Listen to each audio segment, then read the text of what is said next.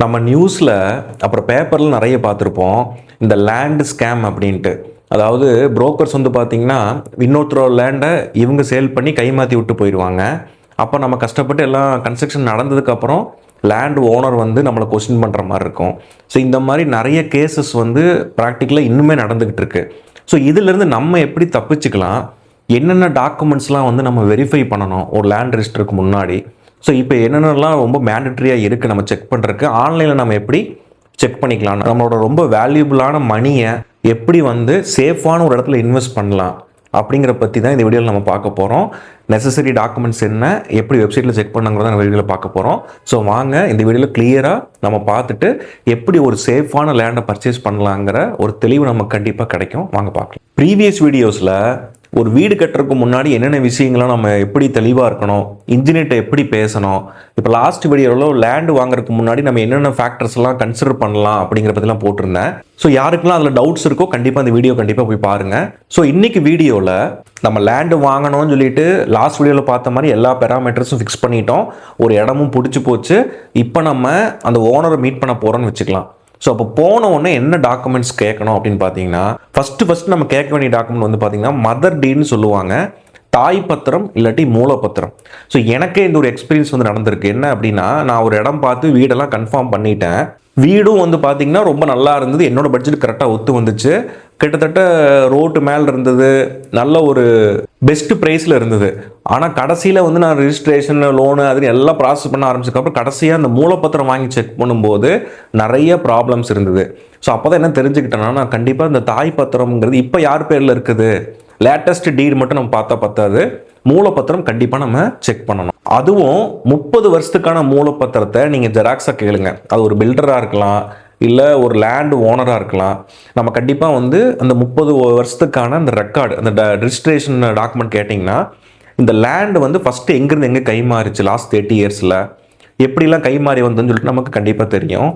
ஏன் 30 இயர்ஸ் பார்க்குறாங்க அப்படின்னா, 30 வருஷத்துக்கு முன்னாடி ஒரு 3 பசங்க இருக்கிறாங்கன்னு வச்சுப்போம். அதில் ஒருத்தர் கையில் வந்து மாற்றி விட்டுருக்காங்க, இல்லை ஒருத்தவங்க பேரில் மாற்றிருக்காங்க.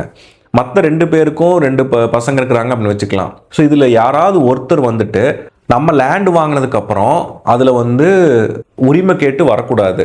ஸோ இந்த மாதிரி லீகல் ஹேர் பிரச்சனை இதெல்லாம் எதுவும் வராமல் இருக்குதான் 30 இயர்ஸ்க்கான டாக்குமெண்ட்ஸ் வாங்கி செக் பண்ணிக்கிறது ரொம்ப ரொம்ப சேஃபான ஒரு விஷயமா இருக்கும்.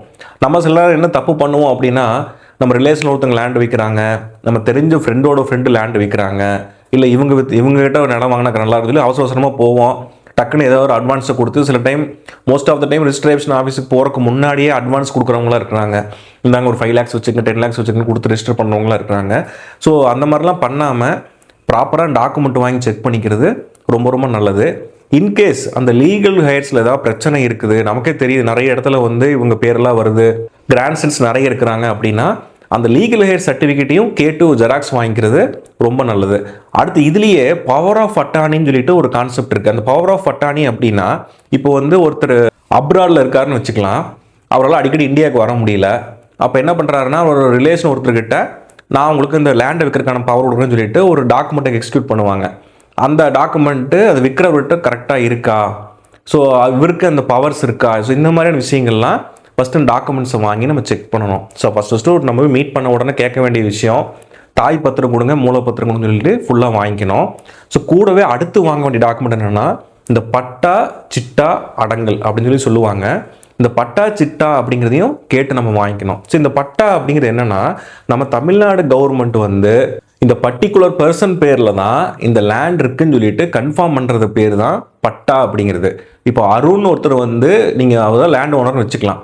இது நீங்கள் போய் இந்த பட்டா கேட்குறீங்க, பட்டாவில் வந்து கோபி அப்படின்ட்டு ஒரு பேர் இருக்குன்னு வச்சுக்கலாம். அப்போ வந்து என்ன அர்த்தம் அப்படின்னா, ஆக்சுவலாக இந்த நேம் ட்ரான்ஸ்ஃபர் ஆனது இந்த கோபியோட நின்றுருக்குன்னு அர்த்தம். இல்லை ஒருவேளை இவர் சம்மந்தம் இல்லாத ஆளாக இருக்கலாம், இல்லை ஒரு பர்ச்சேஸ் பண்ணிவிட்டு பட்டா மாற்றாமையும் வச்சுருக்கலாம். ஸோ அப்போவே நம்ம என்ன பண்ணிக்கணும்னா, இது என்ன பிரச்சனை என்னன்னு சொல்லிட்டு கேட்டு தெரிஞ்சுக்கிறது நல்லது. ஸோ அப்போ பட்டா வந்து இமீடியட்டாக நம்ம வாங்கிக்கணும்.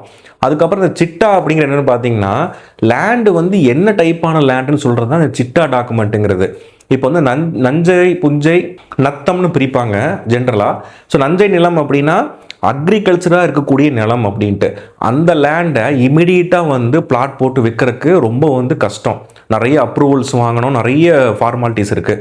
ஸோ அப்போ நான் திடீர்னு ஒருத்தர் வந்து ஓகே இது வந்து ரிஜிஸ்ட்ரேஷன் பண்ணலப்பா, நீங்கள் வேணால் கம்மியான ரேட்டு வாங்கிக்கன்னு சொல்லி கொடுக்கும்போது அது சிட்டாவில் செக் பண்ணும்போது நஞ்சை நிலமாக இருந்ததுன்னா நம்ம ரொம்பவே கவனமாக இருக்க வேண்டிய முக்கியம். புஞ்சை நிலமாக இருக்குது அப்படின்னா ஓரளவுக்கு சேஃப், ஓகே நம்ம வாங்கலாம் அப்படின்ட்டு. நத்தம் அப்படிங்கிற ரெசிடென்ஷியல் பிளாட் அப்படின்னு சொல்லிட்டு அர்த்தம். ஸோ அப்போ அதை வந்து நம்ம தாராளமாக பர்ச்சேஸுக்கு அக்செப்ட் பண்ணிக்கலாம். இப்போ லேட்டஸ்ட்டாக இப்போ இந்த பட்டா சிட்டாலாம் பார்த்தீங்கன்னா கம்பைண்டாக வருது. நீங்கள் போய் பட்டா சிட்டான்னு சொல்லி இந்த ஊர் பேர் கிராமத்து பேர்லாம் அடித்து போட்டிங்கன்னா ஆட்டோமேட்டிக்காக இந்த பிளாட் நம்பர்லாம் போட்டு யார் பேரில் இருக்குது, இது என்ன மாதிரி டைப் ஆஃப் லேண்டு, அக்ரி லேண்டா என்னங்கிறது எல்லாமே ப்ராப்பராக டிஸ்பிளே ஆயிரும். ஸோ அப்போ அடுத்து நம்ம செக் பண்ணி டாக்குமெண்ட் பார்த்தீங்கன்னா பட்டா சிட்டா. இது நம்ம அந்த டீட்டெயில்ஸ் வாங்கிட்டு வந்து நம்மளே கூட ஆன்லைனில் வந்து செக் பண்ணி எடுக்கலாம். இல்லை அப்படின்னா நம்ம அந்த ஓனர்கிட்டே கேட்டு ஒரு காப்பி இருந்தால் கொடுங்கன்னு சொல்லிட்டு ஒரு டீட்டெயில்ஸ் வாங்கி நம்ம அதையும் வெரிஃபிகேஷனுக்கு அந்த டாக்குமெண்ட்டையும் நம்ம வாங்கிக்கலாம். ஸோ அடுத்தது இதோட ஜாயின் பண்ண அடங்கல்னு ஒரு டாக்குமெண்ட் இருக்குது. இந்த அடங்கல்ங்கிறது என்னென்னா நம்ம அந்த விஓ ஆஃபீஸில் இப்போ வந்து ஒருத்தர் இங்கே அக்ரி லேண்ட் வச்சுருக்காரு, அவர் வந்துட்டு லேண்டை வந்து மாற்றி சேல்ஸ் பண்ண போகிறார் அப்படின்னா இந்த லேண்டை அவர் வச்சிருந்ததுலேருந்து என்னென்ன ஆக்டிவிட்டிஸ் எல்லாம் நடந்தது, என்னென்ன பயிர் போட்டார், எப்போ இதை ரெசிடென்ஷியல் பிளாட்டாக மாற்றினார், ஸோ இந்த மாதிரி ஒரு ரெக்கார்ட் பேஸ் மாதிரி என்னென்ன நடந்ததுன்னு சொல்லி எழுதியிருக்கிறது தான் இந்த அடங்கல். என்ன பயிர் போட்டார், யார் கைக்கு மாறிச்சு, ஸோ அப்படிங்கிறத ஃபுல் டேட்டா இருக்கும். ஒருவேளை இவங்க ஏதோ ஃபேக் டாக்குமெண்ட்ஸ் வச்சு நம்ம கொடுத்தாங்க கூட நம்ம லோக்கல் ஆஃபீஸ் அந்த விஏஓ ஆஃபீஸ் அதெல்லாம் போய் அப்ரோச் பண்ணி பார்க்குறது மூலமாக, அந்த அடங்கலை செக் பண்ணி பார்க்குறது மூலமாக கண்டிப்பாக நமக்கு இந்த லேண்டோட முழு விவரமும் தெரிய வரும். ஓகே, இப்போ நம்ம வந்து அந்த மதர் டீடு வாங்கிட்டோம், அதாவது மூலப்பத்திரம் தாய் பத்திரங்கிறத வாங்கிட்டோம், ஜெராக்ஸ் காப்பி வாங்கிட்டோம், சிட்டா பட்டாவும் கொடுத்துட்டாரு, அதில் நேமும் கரெக்டாக இருக்குன்னு சொல்லி வச்சுக்கலாம். இனி அடுத்து இமீடியட்டாக என்ன செக் பண்ணோம்னா ஈசின்னு சொல்லுவாங்க, என்கும்பரன்ஸ் சர்டிஃபிகேட். ஸோ இந்த சர்டிஃபிகேட் வந்து நம்ம ஆன்லைனில் வந்து ஜென்ரேட் பண்ணலாம். இதே மாதிரி டாக்குமெண்ட் டீட்டெயில்ஸ்லாம் கொடுத்துட்டு நம்மளே செக் பண்ணி பார்க்கலாம். இதையும் வந்துட்டு ஒரு 30 வருஷத்துக்கு செக் பண்ணுறது நல்லது. ஈஸிங்கன்னா இது எதெல்லாம் மார்ட்டேஜாக வச்சுருக்காங்களா அந்த லேண்டை லோனுக்காக, இல்லாட்டி வேறு ஏதாவது ப்ராப்பர்ட்டிக்கு கை மாற்றிருக்கா, இது மேலே என்னென்ன மாதிரியான டெப்ட்ஸ் இருக்குது, லீகல் கேசஸ் ஏதாவது இருக்கா, இந்த மாதிரியா இருக்கக்கூடிய விஷயங்களை செக் பண்ணுறது தான் ஈஸி. ஸோ இந்த ஈஸி எடுக்கிறதையும் ஒரு 30 வருஷத்துக்கு நம்ம எடுத்து செக் பண்ணிக்கிறது ரொம்ப நல்லது. ஃபைனான்சியல் இன்ஸ்டிடியூஷன் ஆகட்டும், மேக்ஸிமம் பேங்க்ஸில் எல்லாமே இப்போலாம் 30 இயர்ஸ் கம்பல்சரியாக கேட்குறாங்க. சில ஃபைனான்சியல் இன்ஸ்டிடியூஷனில் 10 வருஷம் 15 வருஷம் பாருங்கன்னு சொல்லுவாங்க. ஆனால் சேஃபஸ்ட் விஷயம் என்னென்னா குறைஞ்ச ஒரு 30 வருஷத்துக்கு செக் பண்ணி பார்க்குறது ரொம்ப நல்லது. ஓகே, இப்போ நம்ம இந்த டாக்குமெண்ட்ஸ்லாம் வாங்கி செக் பண்ணியாச்சு, எல்லாமே ப்ராப்பராக இருக்குது. அடுத்து நம்ம என்ன பண்ணணும்னா பிசிக்கல் வெரிஃபிகேஷன். நேரடியாக போயிட்டு அந்த லேண்டில் போய் நின்றுட்டு இந்த எஃப்எம்பி ஸ்கெட்ச்னு சொல்லுவாங்க. அதாவது என்னென்னா இப்போ தமிழ்நாடு கவர்மெண்ட் வந்துட்டு இப்போ லேண்ட் வந்து ரிஜிஸ்டர் ஆகிருக்கு அப்படின்னா எதெல்லாம் ரெசிடென்ஷியல் பிளாட்டு எது வரைக்கும் கொடுத்துருக்காங்க, ரோடு எதாவது கிராஸ் ஆகுதா. இப்போ சம்டைம்ஸ் வந்துட்டு ஒரு சென்ட் வந்து 3.5 சென்ட் கொஞ்சம் கம்மியாக இருக்குன்னு வச்சுக்கோங்க, 3.5 சென்ட் தாண்டி இந்த சைடில் ஒரு பிளாட் வருது, இல்லை ஒரு ரோடு வருதுன்னு வச்சுக்கலாம். இப்போ ஓனர் வந்து ஒருவேளை டிசைன் ஒரு நமக்கு ஒரு ஜெராக்ஸ் கொடுக்குறவங்க வந்துட்டு அந்த ஒரு பேம்ப்ளெட் மாதிரி டிசைன் பண்ணுவாங்க. அப்போ மேபி கொஞ்சம் ஒரு 6 அடி தள்ளியோ இல்லை ஒரு அட்லீஸ்ட் ஒரு 1 ஃபீட் 2 ஃபீட் கிராஸ் ஆகி போகுது, ரோடு கிட்ட கொஞ்சம் போகுது அப்படின்னா நம்ம எல்லாமே அந்த ஸ்கெட்சை வச்சு அந்த கவர்மெண்ட் அந்த ரெக்கார்ட்ஸில் ஒரு ஸ்கெட்ச் இருக்கும் இந்த லேண்டோடது, அதுவும் இதுவும் மேட்சாக இருக்கான்னு சொல்லிட்டு அந்த லேண்டை சர்வே பண்ணுறவங்களுக்கு கூப்பிட்டு நம்ம வந்து செக் பண்ணிக்கிறது ரொம்ப ரொம்ப நல்லது. இந்த எஃப்எம்பி ஸ்கெட்ச்னு சொல்லுவாங்க. அது மூலமாக நம்ம வந்துட்டு இந்த லேண்டோட அளவுகள் கரெக்டாக இருக்கா, அந்த மார்ஜின்ஸ் அந்த எட்ஜஸ்லாம் வந்து வேற இடம் போகாமல் இருக்கா அப்படின்னு சொல்லிட்டு கிளியராக செக் பண்ணி அதை நம்ம மார்க் பண்ணிக்கிறது ரொம்ப ரொம்ப நல்லது. ஸோ அடுத்து வந்து பார்த்தீங்கன்னா அப்ரூவல். நம்ம எல்லாமே இந்த அட்வர்டைஸ்மெண்ட்லாம் பார்க்கும்போது டிடிபி அப்ரூவ்டு சைட்டு அப்படின்லாம் போட்டு இது பண்ணியிருப்பாங்க. சில இடத்துல பஞ்சாயத்து அப்ரூவல்னு போட்டிருப்பாங்க. சில பேர் என்ன பண்ணுவாங்கன்னா இந்த டிடிபி அப்ரூவல் போகாத சைட் வந்து பார்த்தீங்கன்னா இப்போ மார்க்கெட்டில் 5 லட்ச ரூபா ஒரு சென்ட் போகுது அப்படின்னா பஞ்சாயத்து அப்ரூவல்னா 2.5 லட்சத்துக்கு தரேன் 3 லட்சம் தரேன்னு சொல்லி சொல்லுவாங்க. நம்ம வாங்கிட்டு நம்ம போய் அப்ரூவலுக்கு போய்க்கலாம் நினைக்கலாம். ஆனால் இப்போல்லாம் ரொம்ப சட்டங்கள்லாம் ரொம்ப ஸ்ட்ரிக்டாக இருக்கிறனால வேறு ஏதாவது காம்ப்ளிகேஷன்ஸ் இருந்துச்சுன்னா நம்ம மாற்றுறது ரொம்ப டஃப் ஆயிரும். உங்களுக்கு ப்ராப்பராக வர வேண்டிய ஸ்ட்ரீட் லைட்டு, தண்ணி கனெக்ஷன், இந்த மாதிரியான ப்ராப்பரான விஷயங்கள் எதுவுமே வர்றதுக்கான வாய்ப்புகள் இல்லை பஞ்சாயத்து ரிஜிஸ்ட்ரேஷனாக இருந்தால். ஸோ டிடிசிபி, சிஎம்டிஏ இந்த மாதிரியான ரிஜிஸ்ட்ரேஷன் இருந்தால் மட்டும் கம்பல்சரியாக அது இருந்தால் மட்டும் நம்ம பர்ச்சேஸ் பண்ணிக்கிறது ரொம்ப சேஃபர் சைடு. ஸோ இந்த மாதிரி டாக்குமெண்ட்ஸ்லாம் செக் பண்ணும்போது சில நேரங்களில் புறம்போக்குங்கிற டீட்டெயில்ஸ் நமக்கு தெரிய வந்தது அப்படின்னா நம்ம வந்து அவாய்ட் பண்ணிக்கிறது நல்லது. அது என்ன புறம்போக்கு அப்படின்னா சில இடங்களை வந்து கவர்மெண்ட் வந்து அவங்களுக்காக வந்து ஒதுக்கி வச்சுருப்பாங்க. இப்போ எக்ஸாம்பிள் வந்து பார்த்தீங்கன்னா இப்போ டிடிசிபி இதெல்லாம் எடுக்கும்போது இப்போ ஒரு எப்படி சொல்ல 1 ஏக்கர் லேண்ட் இருக்குது அப்படின்னா அதை நம்ம ரெசிடென்ஷியல் பிளாட்டாக மாற்றணும்னா பர்டிகுலர் இடத்த வந்து ஒரு கார்டன் ஸ்பேஸ்க்காக நம்ம கம்பல்சரி கொடுக்கணும். அதே மாதிரி ரோட்டுக்கு இவ்வளோ சைஸ் அப்படின்னு சொல்லி நிறைய மெஷர்மெண்ட்லாம் இருக்குது. சில இடங்கள் வந்து கவர்மெண்ட்டால் இது புறம்போக்கு நிலம் அனௌன்ஸ் பண்ணப்பட்டிருக்கும். ஸோ அதை வந்து சில பேர் பிளாட் போட்டு விற்று மாட்டின கேசஸும் நம்ம நிறைய பார்த்துருக்கோம். ஸோ அதுக்கும் நம்ம வந்து இந்த மாதிரி டாக்குமெண்ட்ஸ் வெரிஃபை பண்ணும்போது நமக்கு அது கண்டிப்பாக அந்த டீட்டெயில்ஸில் தெரிஞ்சிடும். இது எந்த மாதிரியான லேண்டு, இது யார் பேரில் இருக்குது, பட்டாவில் என்ன பேர் இருக்குது, இதெல்லாம் பார்க்கும்போதே நமக்கு ஒரு கிளாரிட்டியான ஒரு ஐடியா கிடச்சிரும். ஓகே, இப்போ நீங்கள் வந்து இந்த அப்ரூவல் இதையும் பார்த்துட்டீங்க. ஸோ டிடிபி அப்ரூவ்டாக இருக்குது. ஸோ அப்போ நம்ம தாராளமாக இந்த லேண்டை வந்து நம்ம பர்ச்சேஸ் பண்ணலாம். ஸோ லீகலாக எந்த பிரச்சனையும் இல்லைங்கிற ஓரளவுக்கு நம்ம கன்க்ளூட் பண்ணிக்கலாம். இப்போவும் நீங்கள் அட்வான்ஸாவோ எதுவும் பே பண்ணிடக்கூடாது.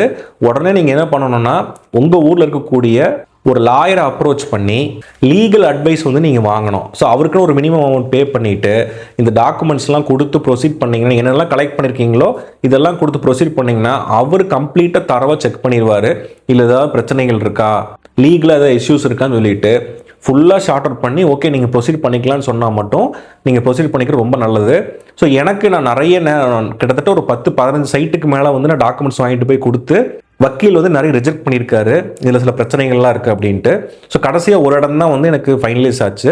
ஸோ நீங்களும் இதெல்லாம் ப்ராப்பராக செக் பண்ணிக்கிறது ஃப்யூச்சரில் உங்களுக்கு எந்த மாதிரியான பிரச்சனையும் இல்லாமல் ஸோ நிம்மதியாக உங்கள் வீட்டில் நீங்கள் சந்தோஷமாக வாழலாம். ஓகே, இப்போ நம்ம எல்லாமே ஃபைனலைஸ் பண்ணிட்டோம், எல்லாமே செக் பண்ணிட்டோம், இல்லை வக்கீல்கிட்ட அட்வைஸும் வாங்கியாச்சு, அதை கொண்டு போய் பேங்க்லேயும் கொடுத்தாச்சு. அடுத்து நம்ம பார்த்துக்க வேண்டிய வேல்யூ என்ன, முக்கியமான விஷயம் என்னென்னா கைட்லைன் வேல்யூ எப்பவும் போல் செக் பண்ணிக்கணும். ஸோ எவ்வளோக்கு ரிஜிஸ்டர் ஆகிட்டு இருக்கு, எவ்வளோ லேண்ட் வேல்யூ போகுது, என்ன அளவுக்கு நம்ம வந்து ஸ்டாம்ப் டியூட்டிக்கு எவ்வளோ கட்ட வேண்டி வரும், இதெல்லாம் ஜென்ரலாக செக் பண்ணி வச்சுக்கோங்க. ஒரு நாள் நல்ல நாள் பார்த்து நம்ம கண்டிப்பாக ரிஜிஸ்ட்ரேஷனும் பண்ணிக்கலாம். ரிஜிஸ்ட்ரேஷன் முடிஞ்ச உடனே கொஞ்சம் கூட ஹெசிடேட் பண்ணாமல் இமீடியட்டாக போய் பட்டா ட்ரான்ஸ்ஃபர் பண்ணிடுங்க. பழைய ஓனர் நேம்ல இருந்து நீங்கள் வாங்கின சைட்டுக்கு உங்கள் நேமை ட்ரான்ஸ்ஃபர் பண்ணிக்கோங்க. இதுவும் வந்து மறக்காமல் பண்ண வேண்டிய விஷயம். ஸோ இதெல்லாம் தான் ஒரு லேண்ட் வாங்கும்போது லீகலாக டாக்குமெண்ட்ஸ் வைஸ் நம்ம இதெல்லாம் செக் பண்ணணுங்கிறத என்னோட எக்ஸ்பீரியன்ஸ் ப்ளஸ் நான் தெரிஞ்சுக்கிட்ட விஷயங்களை வந்து உங்களுக்கு ஷேர் பண்ணியிருக்கேன். ஸோ யாரெல்லாம் லேண்ட் வாங்க போகிறீங்களோ கண்டிப்பாக இந்த டாக்குமெண்ட்ஸ்லாம் இருக்கா என்னென்னலாம் செக் பண்ணுங்கிறத தெரிஞ்சுட்டு போங்க. ஸோ அட்லீஸ்ட் ஒரு அவேர்னஸ் வீடியோவாவது இது யாருக்காவது ஹெல்ப்ஃபுல்லாக இருக்குன்னு சொல்லிட்டு நான் நம்புகிறேன். ஸோ தேங்க்ஸ் ஃபார் வாட்சிங் திஸ் வீடியோ. தேங்க்யூ.